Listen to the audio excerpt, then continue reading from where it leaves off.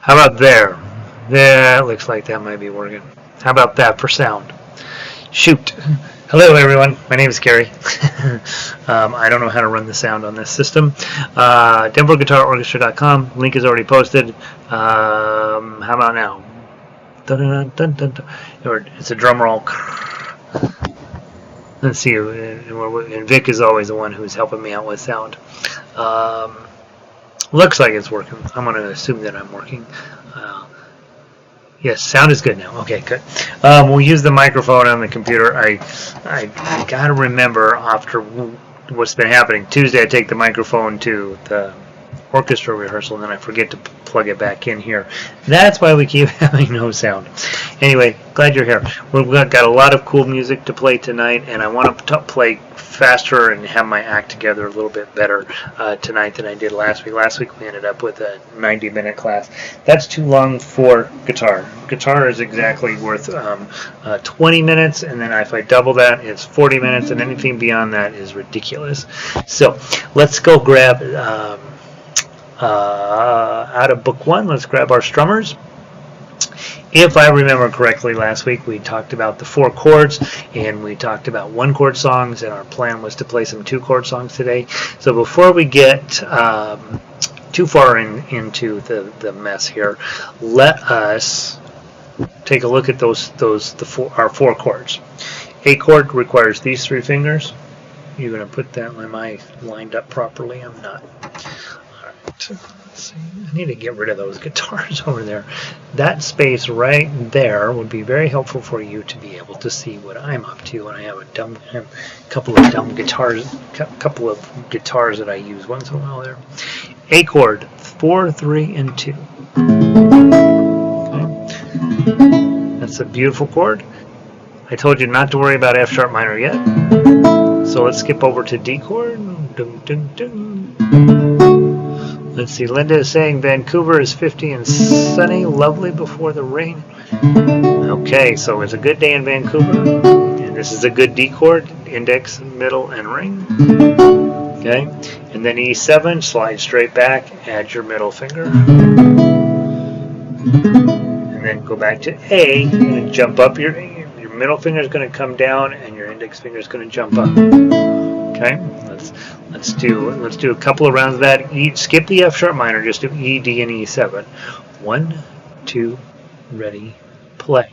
A, 2, 3, 4, D, 2, 3, 4, E7, 2, 3, 4, and A, 2, 3 again. A, 2, 3, 4, D, 2, 3, 4, and E7, 2, 3, 4, and A, 2, 3, 4. Those are your 4 chords. You want to be able to negotiate make them as smooth and pretty as possible. The other way to do that is to go backwards. Start at A, then go to E7, go to D, and then back to A. So it's a little bit of a surprise when you play it that way, because E7 really wants to go to A. That's its job, is to go to A. But if you send it over to D, get a little bit of a surprise, and then A. Or what most musicians would do, go from A, go to E7, surprise with the D, then go to E7 again, and then A. Okay. So the big key is you want to be able to get all of those 3 on. Those are going to be part of everything we do. So work on those just a little bit. I think we said we were going to play some 2-chord songs today. I hope I said that. And the first one in the book is at page 6, 5 Little Monkeys, one of the great songs of all time. Let's give it a try. 5 Little Monkeys. It has an A, has an E7, and an A. So from your A, your index finger drops down 1 string and goes back a fret, and then these other 2 guys just jump up, and then I generally put on my E chord and then lift up my middle finger at the last second, just because I'm more comfortable with that. Let's give it a try. 1, 2, ready, go. 5 little monkeys jumping on the bed. One fell off and bumped his head. Sent for the doctor, doctor, he said, no more monkeys jumping on the bed. I moved too soon. 4 little monkeys jumping on the bed. One fell off and bumped his head. Sent for the doctor, and doctor, he said, no more monkeys jumping on the bed. Last one. One little monkey jumping on the bed. One fell off and bumped his head. Sent for the doctor, doctor, he said, no more monkeys jumping on the bed. Okay, the cool part about that song is you got to go real fast to E7 and back, right? So it's really good for teaching you that motion right there, to get to the E7 and back in just one beat, basically. It's 2 beats on the bed. So on that one, I was just strumming with my thumb. I should move this down so you can see this right hand a little bit better. So just using my thumb, right? Nothing fancy. Big thing, keep it in 4 beats. Make sure the 4 beats is making sense. I'll go on to page 7. We have Hokey Pokey, which we just did off of the real sheet music. So let's skip that. And we're also playing Hush Little Baby tonight, so we'll skip that. And go on to page 9. Page 10. Page 10. London Bridges. Okay, we do London Bridges eventually in book 2, but not this week.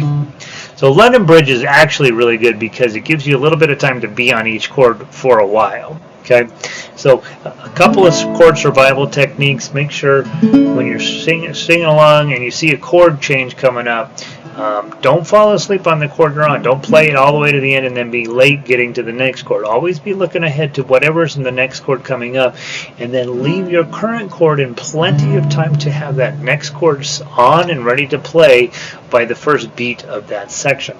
Also notice if you close your eyes and just listen to me singing, you're going to know when the chord changes are coming. Your body's going to feel it, and you're going to know which chord you already know which chord to switch to. If you're on E7, you're going to go to A, and if you're on A, you're going to go to E7. And by not looking at the sheet music, you trust your brain, trust your body that it's going to know when to make that chord change, and it will. Okay, just stare at your fingers rather than the paper. Okay, you know how the song goes anyway. Okay, instead of strumming this time, I'm going to pluck. Okay, when I'm on A, my thumb's going to be on the A string, and when we're on E7, my thumb's going to end up on this string. Let's give it a try. 1, 2, ready, go. London Bridge is falling down, falling down, falling down. London Bridge is falling down, my fair lady. Build it up with silver and gold, silver and gold, silver and gold.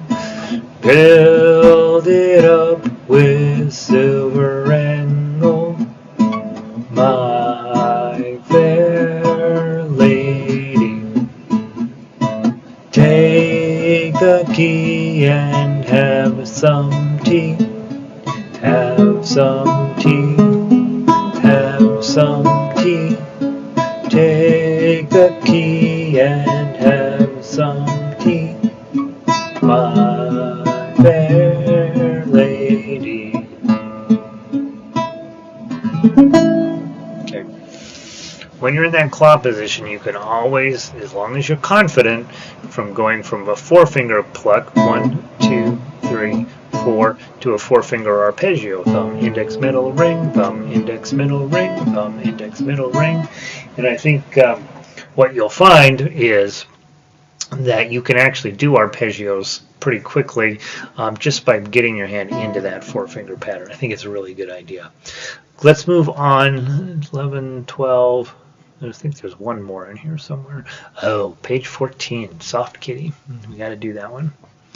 Page 14, Soft Kitty. That's from Big Bang Theory. Sheldon, the main character on that, anytime he's sick or he's sad, he wants somebody to sing him Soft Kitty. And so let's pretend somebody that you know is sick or sad. And let's see if we can do this. Now, there's a lot of chord changes on here, so take your time. So, okay, very slow. Okay, and if you pick any system you want to do, I'll just do straight thumb strum. 1, 2, ready, play. Soft kitty, warm kitty, little ball of fur. Happy kitty, sleepy kitty, purr, purr, purr. I'm going to change to the pluck. Soft kitty, warm kitty, little ball of fur. Happy kitty, sleepy kitty, purr, purr, purr.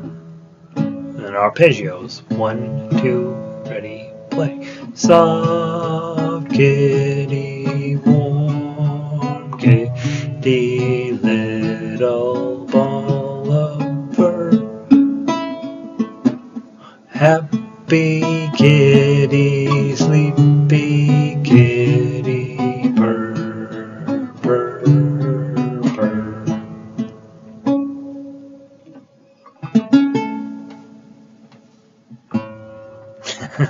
High drama for Soft Kitty. All right, so there's your 2 chord songs. Next week we'll do 3 chord songs. And guys, you come in and say, hey, I want to work on Yankee Doodle or You Are My Sunshine or Twinkle Twinkle Little Star. There's way too many to do during just this little bit of time slot that I have assigned to this. So next week, take a look at all of the blue headlines, and we'll do the 3 chord songs, and then of course the week after we'll do the 2 4 chord songs. Okay, so that's how I want to proceed from now until the end of time. We'll do 1 chord songs, then 2 chord songs, 3 chord songs, 4 chord songs. That way we have 4 weeks on this, and that's it for strumming in this program. So it's 4 weeks of strumming out of this little booklet. 1, you'll get good at your right hand. That's what really matters. And 2, you'll end up playing through most of the whole book. So next week, come in with your ideas about which 3 chord songs you want to play, and then when you walk in, you type in, I want to play this one, and this one, and this one, and then put it in chat, and then those are the ones we'll do. Okay, that's it. All right, on to book 2. That was nice and painless, wasn't it? All right, guitar, book dos. And tonight, what are we working on? I was playing them earlier, and I've already forgotten. Book 2, Hush Little Baby. That's what we're on. All right. Now, we talked about this last week a little bit, I hope. This is a very challenging arrangement, especially if you have a giant guitar and you have can't reach it this far. So if you're holding the chord and you realize there's no way my finger's coming up to a 4 or 5 up here, just let go of the chord, go play those individual high notes, and then come back to your chord. I got a couple plays on here that even though I got a pretty small guitar, it's really an unpleasant reach, right? And so may not happen. Okay, let's see how we do. We'll play it through a few times, nice and slow, give you plenty of time to stretch that pinky. 1, 2, ready, go. Hush, little baby, don't say a word. Papa's gonna buy you a mockingbird, and if that mockingbird won't sing, then Papa's gonna buy you a diamond ring. Now don't play that, just play the chords. And if that diamond ring turns brass, Papa's gonna buy you a looking glass. And if that looking glass gets broke, then Papa's gonna buy you a billy goat. What the heck? Now melody only. And if that billy goat won't pull, then Papa's gonna buy you a, what is he gonna buy? Card then bull. And if that card then bull turns over, then Papa's gonna buy you a dog named Rover. And last time through, any way you want. Yeah.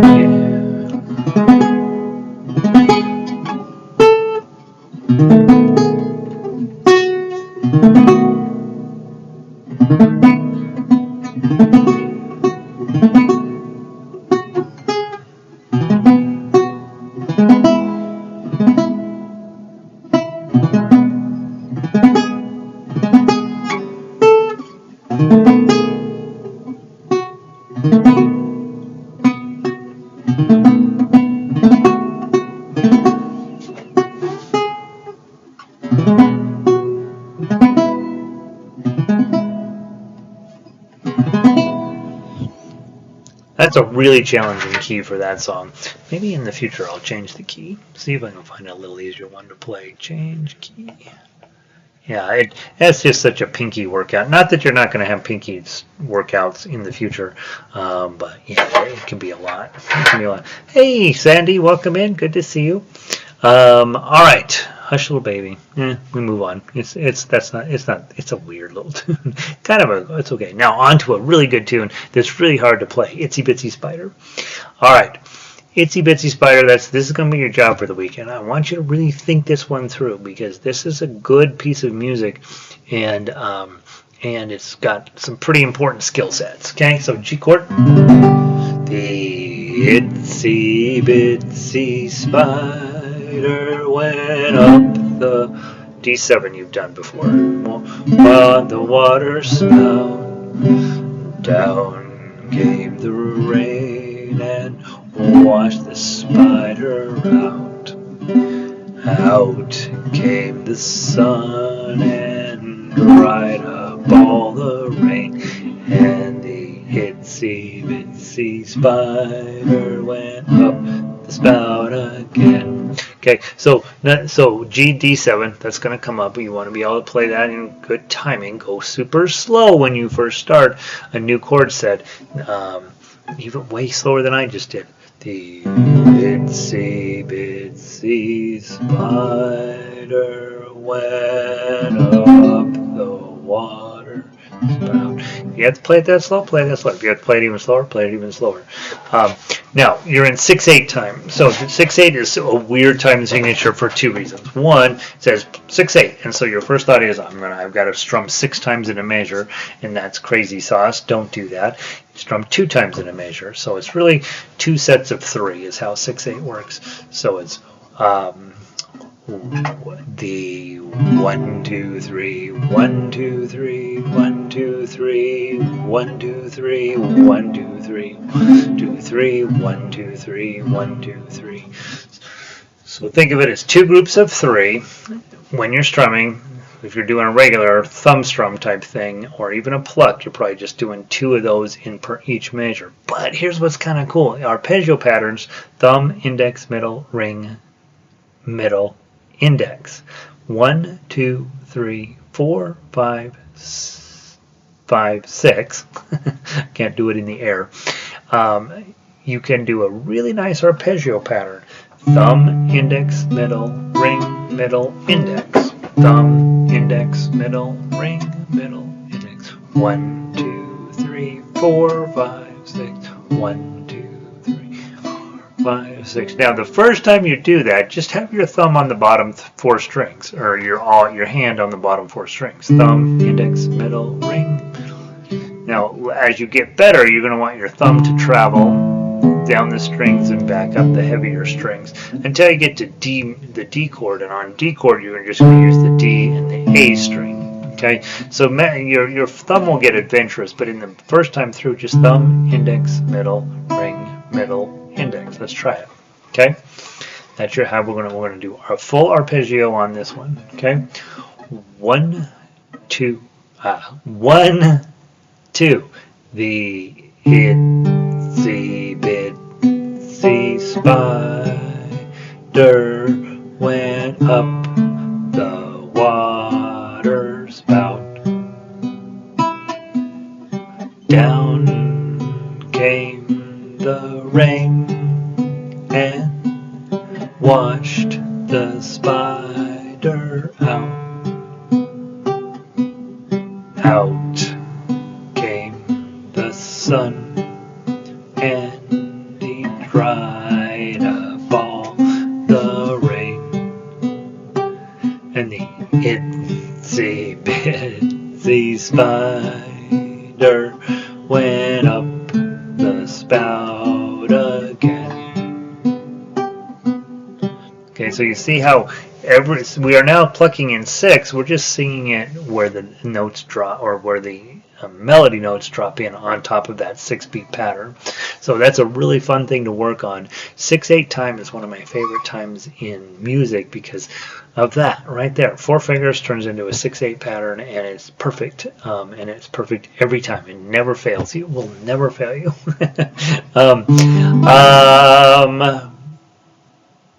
And then if we put that G chord, the thumb on the G string, when you're doing that 6 pattern, it sounds even better. The itsy bitsy spider went up the water spout. Down came the rain and washed the spider out. See, so I'm hitting the thumb on the G. Now, then you want to add in a walking one, right? So after the first G, then the next one you'd hit the A string, and then you hit the D string, and then you come back, water spout, down, and then probably G again. Down came the rain and washed the spider out, right? So be thoughtful about using your thumb on different bass strings, and then all of a sudden you're going to sound really, really professional. What else about Itsy Bitsy Spider? The melody is not hard to play at all. It's all 1s, 2s, and 3s, so you should be fine with that. Let's talk Tough Uke very quickly. It's actually going to behoove you to use your alternate G chord. I noticed when I started the song, I initially went to my alternate G chord. So middle finger, ring finger, pinky finger. And the reason is, this is 3 Blind Mice on steroids, this song, and so you're going to end up using your melody note over here on your index finger and another melody note here with your pinky. Okay, so what I told you not to work on in 3 Blind Mice, here it is back to haunt you. Okay, from the top, let's stop and play through it real quick. 1, oh, and you're going to have a 4, and that one you're going to play with your pinky on the 4th string, 4th fret. 1, 2.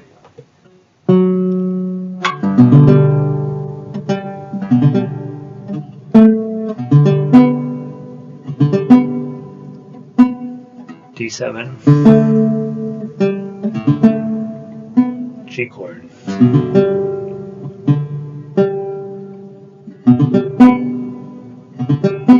index finger, pinky, D7, pinky, G chord.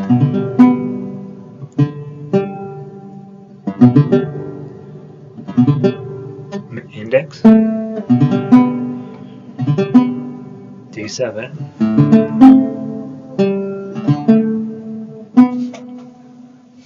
G chord, pinky on 4, index finger, D7, and then G chord. Okay, and then in that little decorative pickup note picks you up, finishes it out, and then you're going to hit your 4 before you go back to the top and play it again. Okay, and then when you come through the last time, just remember, up the spout again is up the spout again.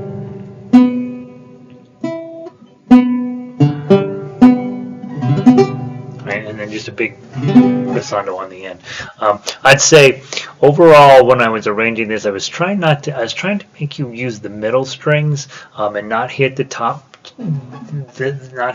String, and the more I look at it, the more I'm like, that's not helpful at all. So, particularly if you're finger picking, it's nice to have that thumb on there once in a while. So, there's that. Okay, we talked about that arpeggio pattern. We talked about tough uke. Melody, the melody's not, the only hard part of the melody is the 4 on your pinky, and make sure, for sure, you're tucking your pinky into staying nice and round, hitting the 4 on the 4th string. And one of the things that's not an altogether horrible idea, let's see if I can get a good angle on this. When you've got this stupid 4 on the 4, okay, and you want to keep your ring finger rounded, I can't show you that, pull the palm of your hand up real close to the fretboard, maybe even touching it, okay? Because now look, my pinky has no choice but to be really, really rounded. My hand is actually touching the fretboard. I'm very anchored and very solid. Okay, now if I end up with this note on the 1st string, I'm going to want to pull my hand up away so I don't accidentally muffle it. But just having these knuckles touching the bottom of the fretboard allows your pinky to be much more stable. And then you know where you're at.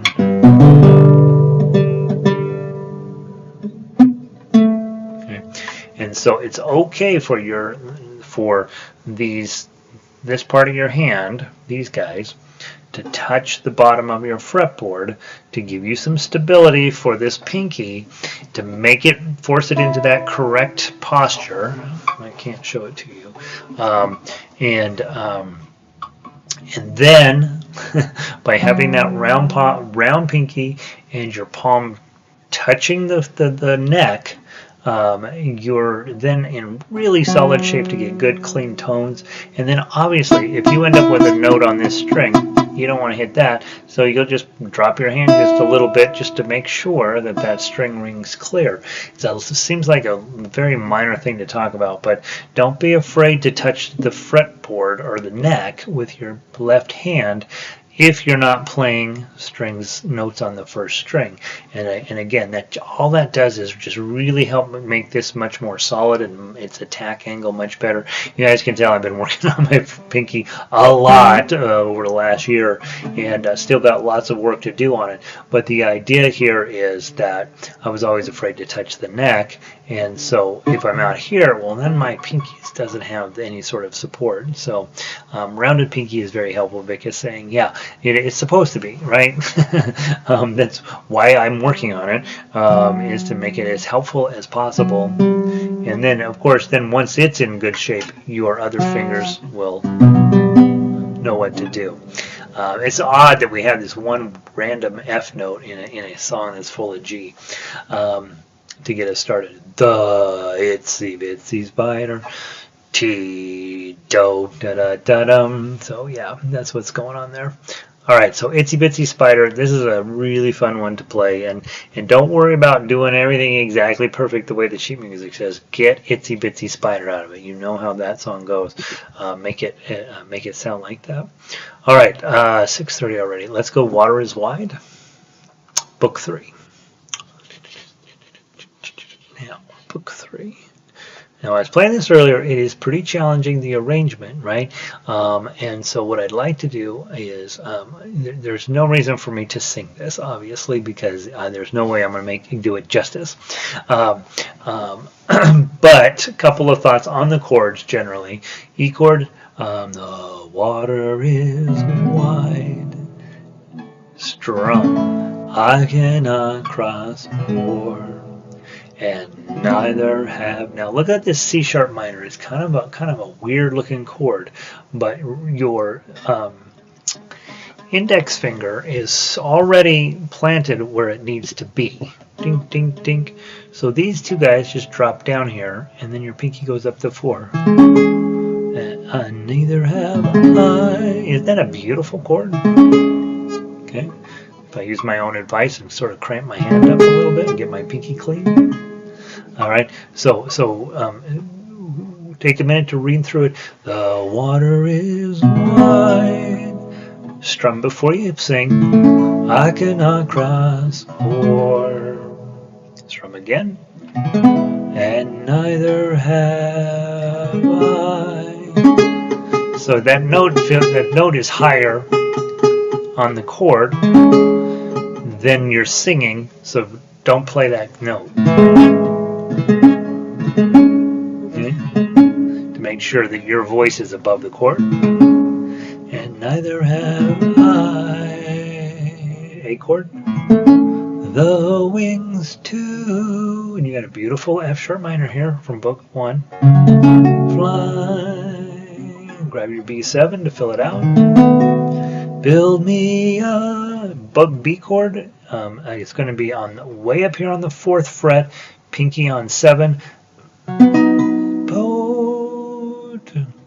And then your G sharp minor is also on 4. So then you just pull your pinky off and put your G sharp minor on there. That can carry. Now back to E, thank God. 2. A chord. And both shall. And you got to jump up to your F, G sharp minor again. Row. Strum, my love and I. And then the whole song repeats itself fundamentally. And then you go back and do and then you go back to the very top and repeat the sad verses, right? I think if you like to sing, they're really pretty. And the only thing I was going to bring up is that C sharp minor. You don't really want to hit that top string. So just one more time. The water is wide. I cannot cross o'er. And neither have I. Isn't that beautiful? Okay. And I've got it marked off, I think, on here that you should not play those top 2 strings. But I think I would even debate that. And gives you a really cool group. Gives you some extra notes that don't really belong in there. It sounds really cool. And neither have I. It's A chord. The wings to fly. And that B7 just drops in so pretty after that. Build me up, way up on 4. Boat. Now that's one where you do not want to hit those 2 strings. Boat that can carry 2. A chord. And both shall row, my love and I. Right, and so you guys know I can't sing, but the idea here is that you got some pretty nice chords, so might be fun to work on, and challenging chords too, right? They're bar chords. With guitar, you know that this bar chord is the one you're most likely to play. Okay, and you play it every day until one day it shows up. Okay, it's normal to lay your other finger on if you can, and this finger's not doing anything. Go ahead and just use it to hold your bar down. Okay, so yeah, and you got bar chords all over the place. It starts off in E and A, and you're like, oh, this is going to be a great song. And then all these bar chords show up. So that's probably the way of the world. It's just something to get used to. Let's run through the melody just one time. It gets repetitive, so we only need to do it once. 1, 2, 3, 4, rest. 2, 3, 4, 1. 2, 3, 4, 1. 2, 3, 4, 1. 2, 3, 4, 1. 2, 3, 4, vibrato.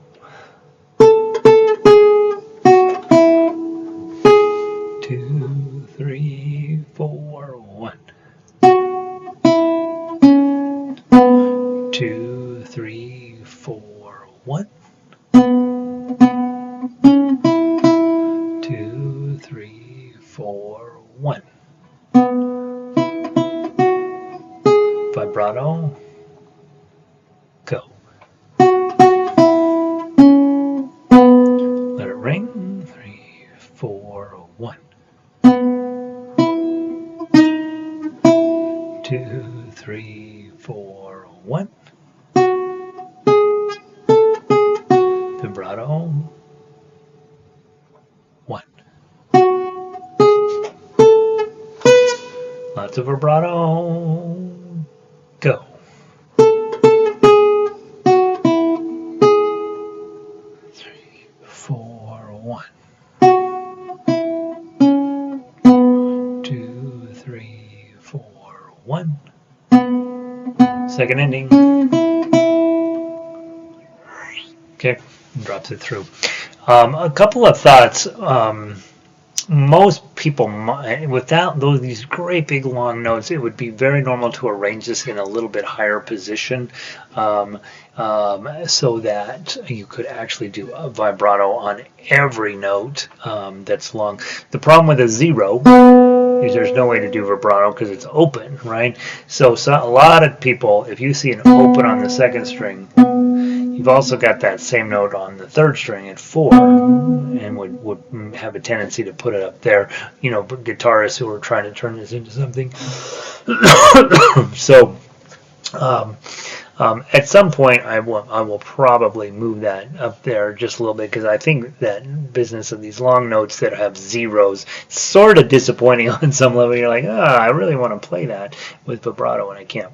All right, and plus it's kind of in a hard key anyway. So now let's run through the let's play it through probably just one time through. This is like I say, it's a really long song. It's very beautiful, but it's very repetitive.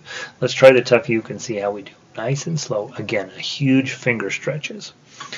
1, 2, 3, 4, rest.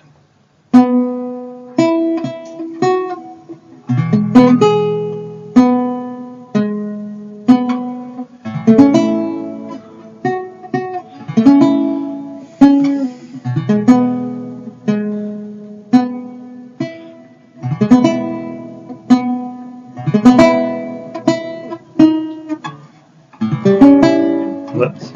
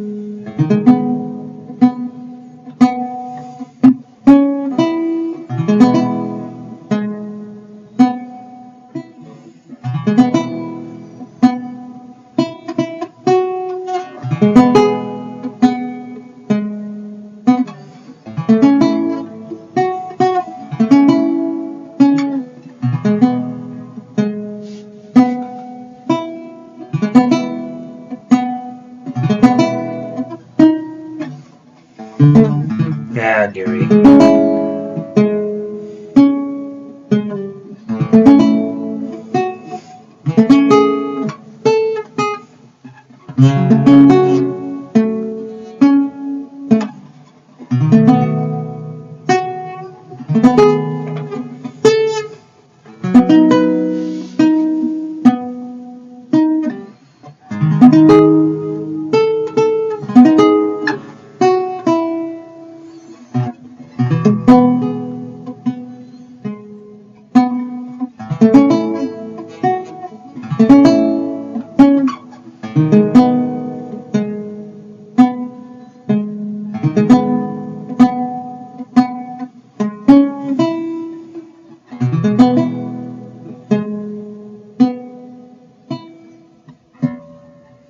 So there, good enough.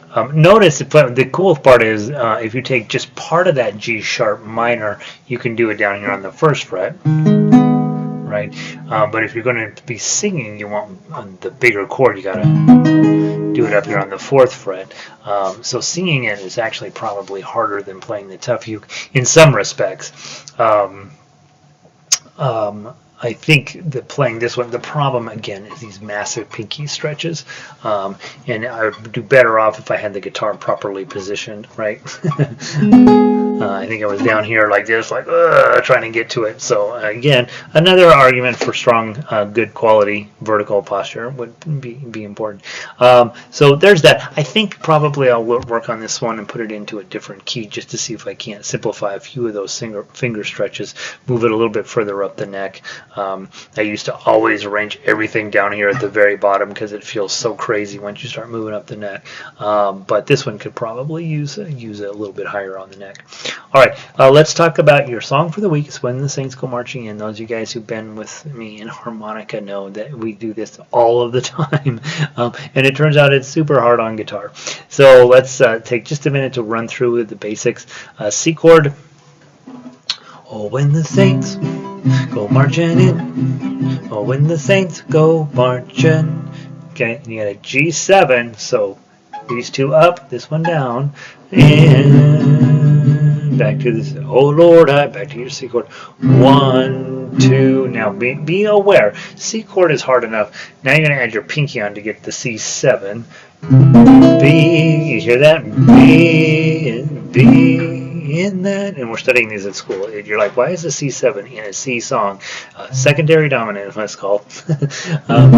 B in there, and then you got to do an F chord, guys. Bar, E shape in front, number.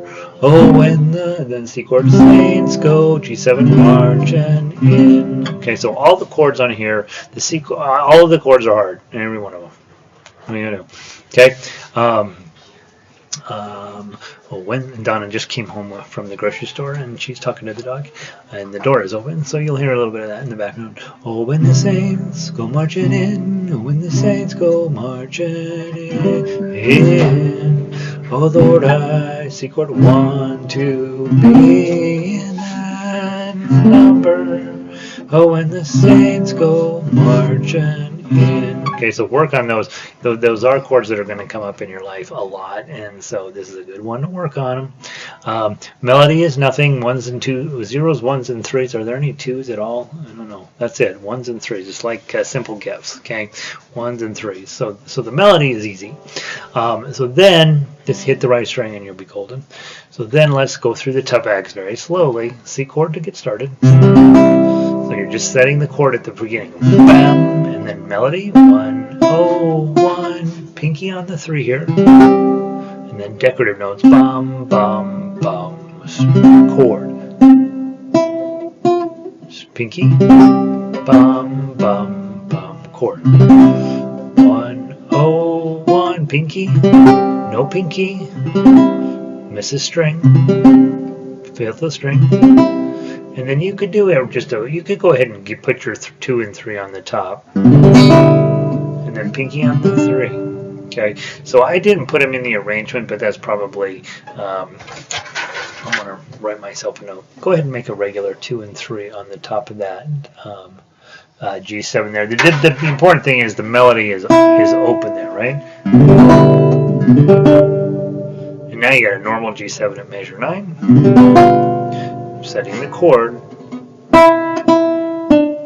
Back to your C chord. Hit the 1 again. And then just add your pinky. It looks like a mess there, but it's just adding the pinky. And then go grab your 2 melody notes. Oops. And then turn the page. Bum, bum. Now here's the problem. If you do a regular F chord, you run out of fingers to play the melody. Right? So you can't do that.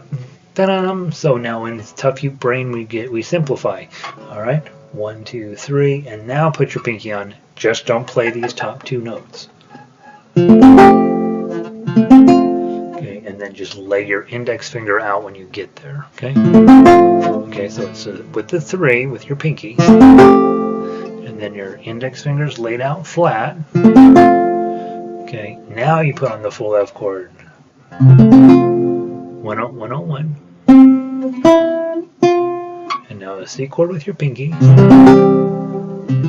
Open. G7, but leave your index where it goes, where it is, and then add your pinky, and then a C chord. And then you're going to repeat bum, bum, bum, bum, da, da, da, da. So definitely the challenging moment is from measure. Of course, it's at a page break as well. Measure 11, and you've got your C chord on. Just add your pinky, hit those 2 3s, and then just drop your middle and ring finger, and then lay out your index, and then put the full chord on.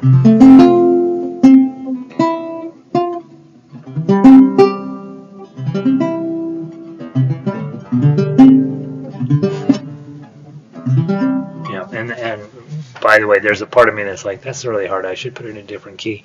The problem is that exact thing comes up time and time again, and so it's actually sort of a nice preview. We're getting toward the end of book 3, and here's something you're going to see in your real life. So I'll probably leave it the way it is. But yeah, definitely spend a little bit of time with that one.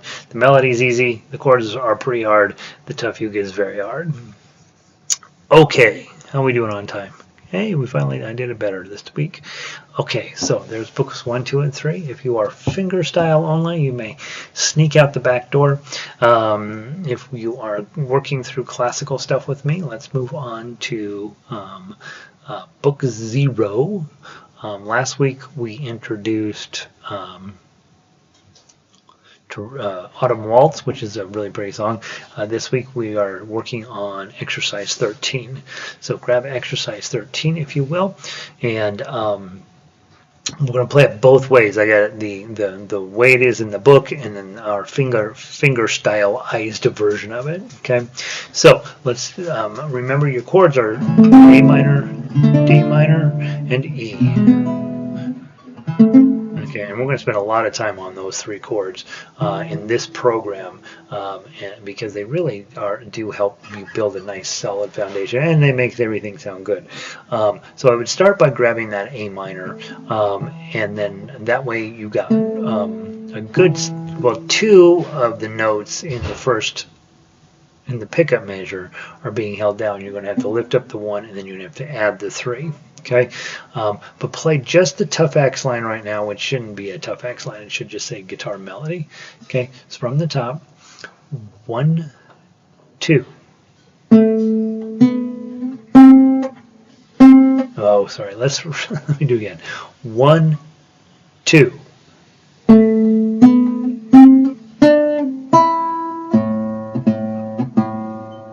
Oh, well. How about we do this?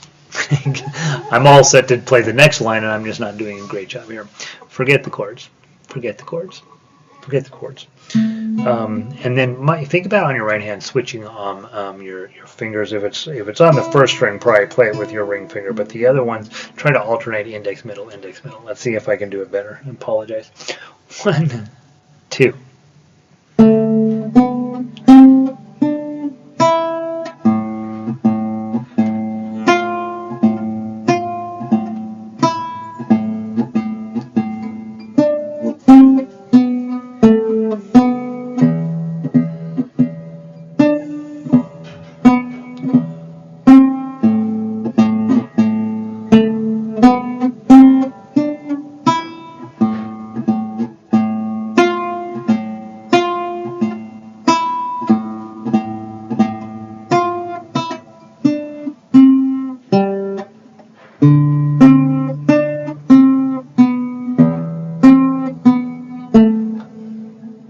Do it one more time from the top. 1 and 2 and.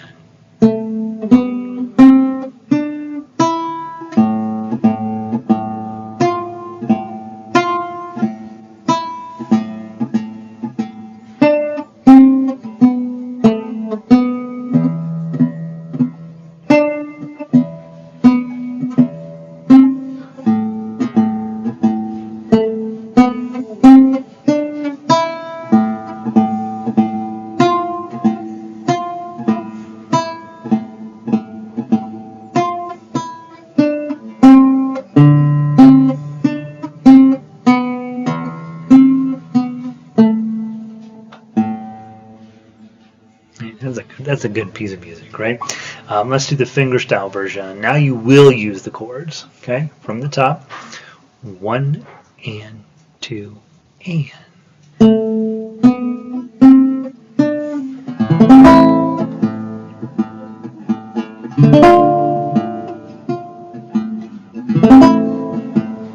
Pinky.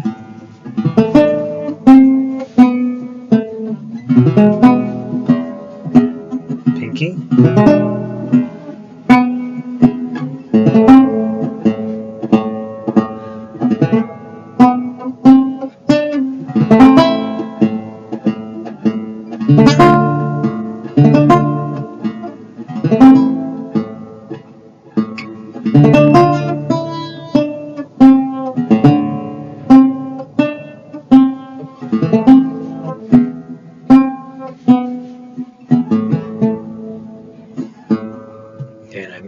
I missed the second chord in measure 7. It should have been an E chord.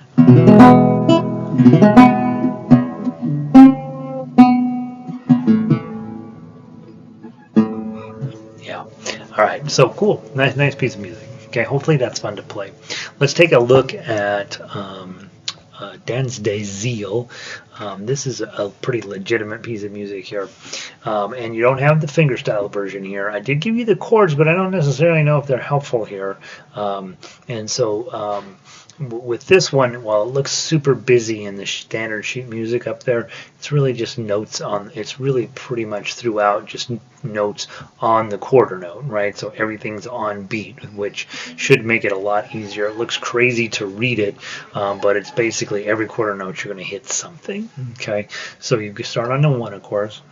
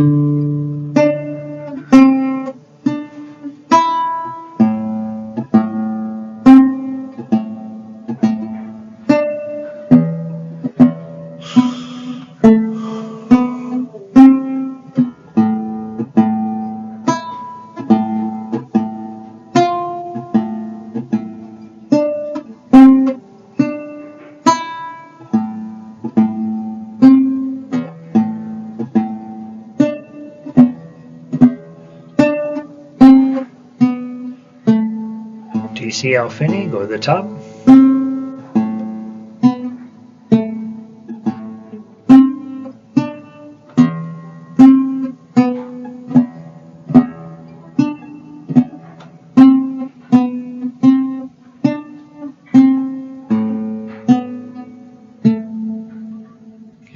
Now, on the original sheet music, it says to play those last 2 notes. They sound stupid, so just finish it on that A note there at the beginning of measure 8. Okay, a little vibrato on it. Just finish it there. Don't play those next 2 notes. They sound like extra notes for no reason. And Florian, it is a modern tune, but it's not that important. So isn't that a nice little tune? That should be a really good one for practicing playing with your claw and just being really patient. Everything's on the quarter note. The ties mean just let that note ring. There's nothing you need to turn off necessarily.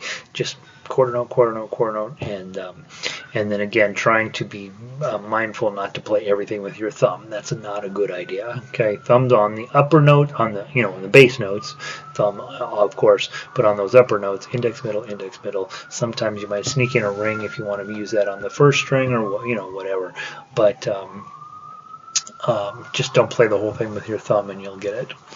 Beautiful. All right, so that's for the week. Now, book 2, or book 1, I guess I should say, is quite a bit harder stuff. Book 1. I left Tourdion up there because I played it poorly last week, and I'm hoping to play it a little bit better this week.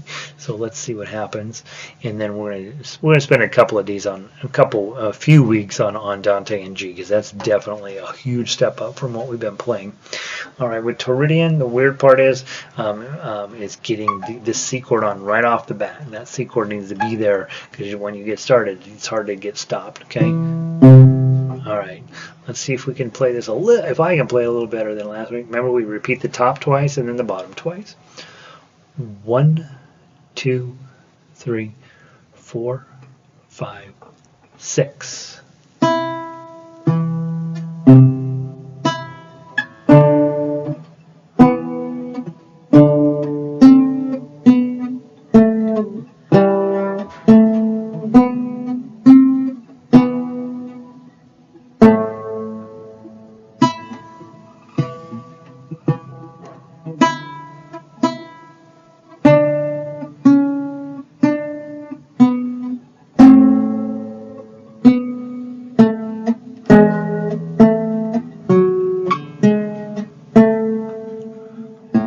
Top.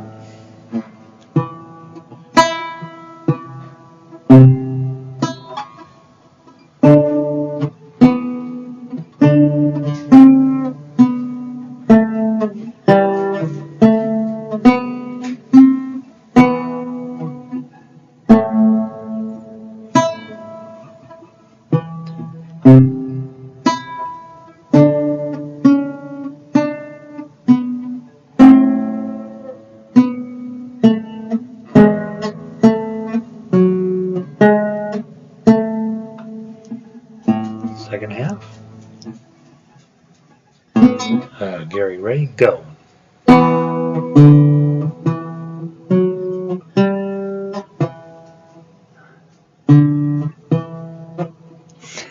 Oh, I can't believe it. From the second half, from the top, or from measure 5, 1, 2, 3.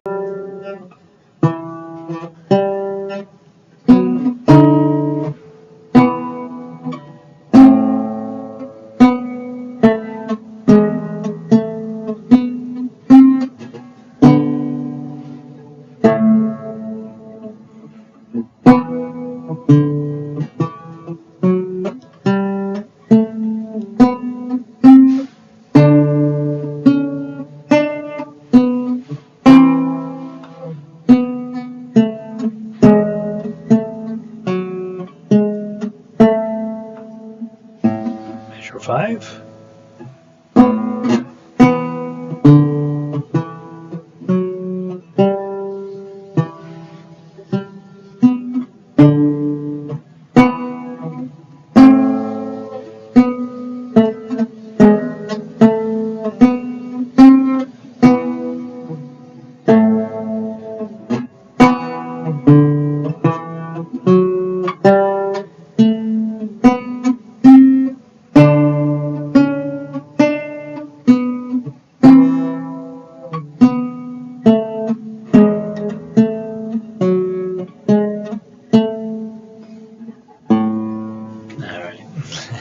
Shut up.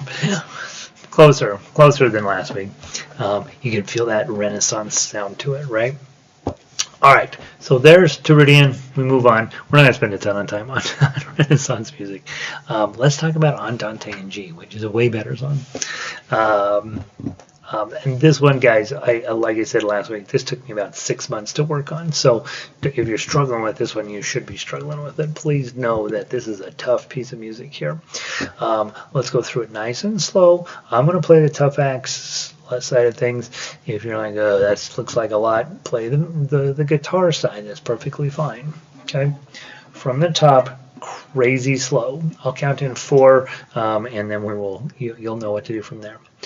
1, 2, 3, 4.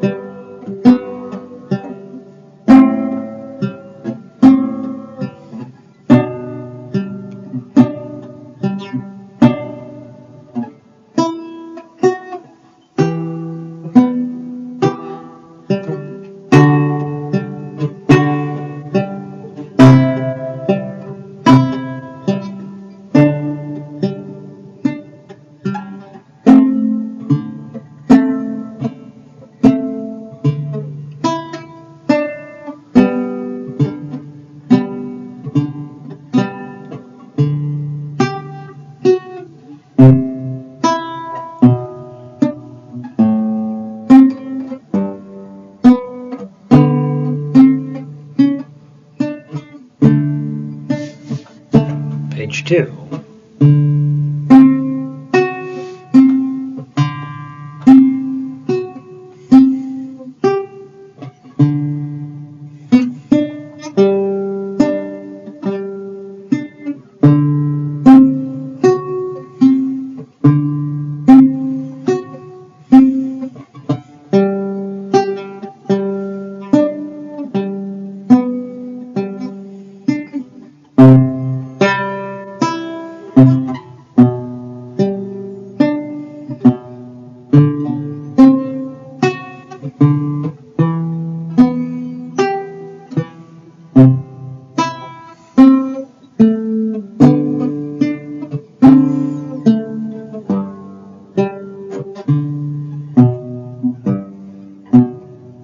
Measure 5.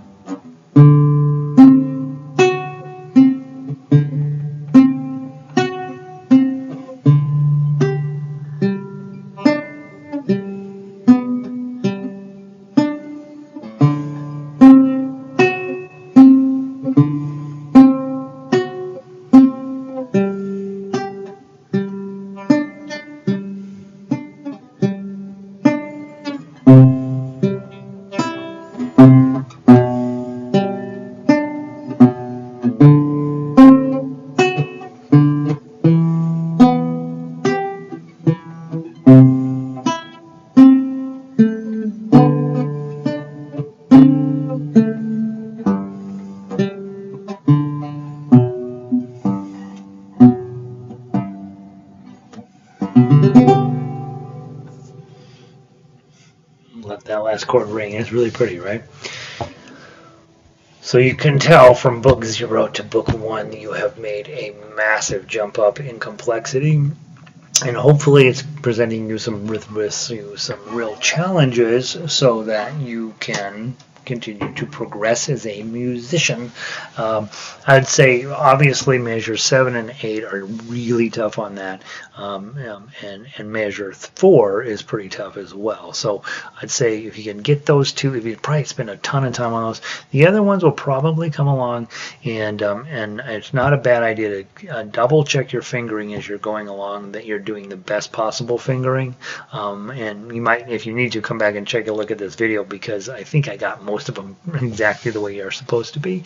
So and oddly, I was making the most mistakes in measures 5 and 6, which were pretty straightforward to play. So it's a really beautiful song. Basically, I'm in love with Carulli. Everything he wrote is just fabulous in my mind. So we'll probably be doing plenty of Carulli over the next year. I do think it just gets you this. I mean, it's just got this depth to it that's really, really nice. There's never going to be any surprises with Carulli. He's exactly what classical music's supposed to be, and so it's nice to play. Whereas Tourdion, which is from the pre-Baroque era, Renaissance music doesn't sound anything like we think music's supposed to now. 6/4 measure, what the hell is that? So we'll spend another week at least on Andante and G. You guys will let me know how it's going, and at some point you'll be like, no, I've had enough of it, let's move on. I'm going to go ahead and leave Tourdion on the list, because it is one of those pieces that I'd like to get to play better. I played it better this week than I did the week prior, so I think next week we will hold on to these two songs. As we go into books 1 and 2 and 3, and by the time you're in 3, then you just give up hope, sort of thing. Probably not, but it'll take us longer to get through songs, because I have to get where I can play them, and it usually takes me a couple weeks on each of these. So all right, guys, hope you're having a wonderful week. I will see all y'all Monday night Tuesday night for orchestra, some of you on Monday night for ukulele orchestra, and I will talk to you all soon. Have a great night. Peace.